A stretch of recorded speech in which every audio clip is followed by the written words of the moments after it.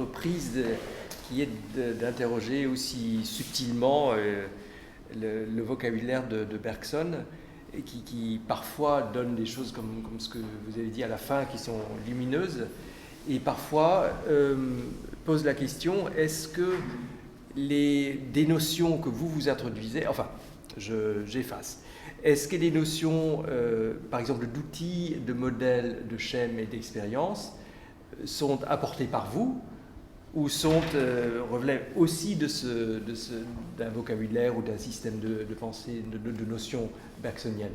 Donc je n'ai pas compris parfois si c'est Bergson qui faille ou qui se règle sur ce que vous définissez comme schème ou modèle, ou lui.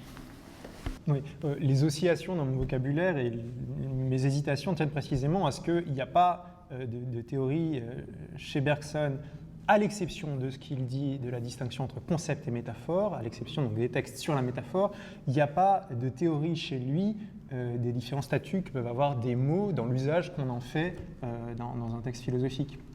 Et donc, voilà, c'est ça. Par contre, il y a des textes sur le schème, notamment dans l'effort intellectuel. C'est un mélange.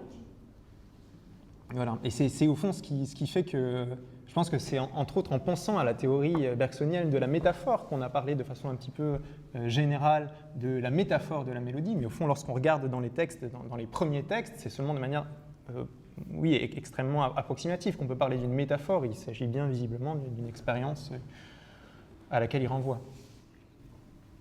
Je n'ai rien compris à Peirce, je dois vous avouer, mais je me demandais intuitivement, très obscurément, si ce que veut formuler Peirce ne serait pas mieux formulé en parlant de thème au sens de Schoenberg et pas de mélodie. Puisqu'il a l'air de vouloir associer ça à un départ vers autre chose. Non.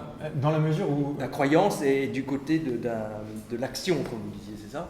Oui, mais l'action n'est pas pour Peirce un départ. L'action, c'est le moment où la pensée s'arrête.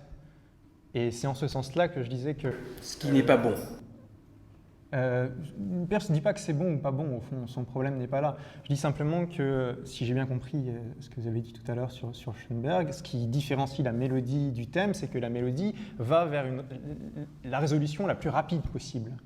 Et c'est précisément ce qui caractérise la pensée chez Peirce.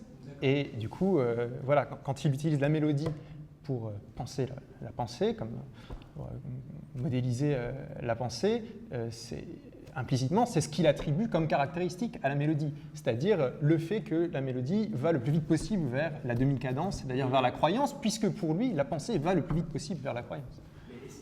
Mais est-ce qu'il parle de la cadence, alors, enfin de la fin de la mélodie là où... Il parle de la demi-cadence. C'est le mot il ne parle pas de cadence tout court. Non, il ne parle pas de cadence tout court. Et c'est ça qui est curieux. Est-ce que c'est une question de traduction, peut-être, non? C'est curieux, quand même. On est frustré de l'autre jambe, là. Quand croyance peut être changée, peut-être il y aura une cadence imparfaite ou parfaite plus tard en préparant la mélodie. Il emploie peut-être demi-cadence tout simplement parce que l'état de croyance est un état d'équilibre qui permet simplement que de nouvelles pensées se développent sur la base... Dominante, voilà. C'est ça.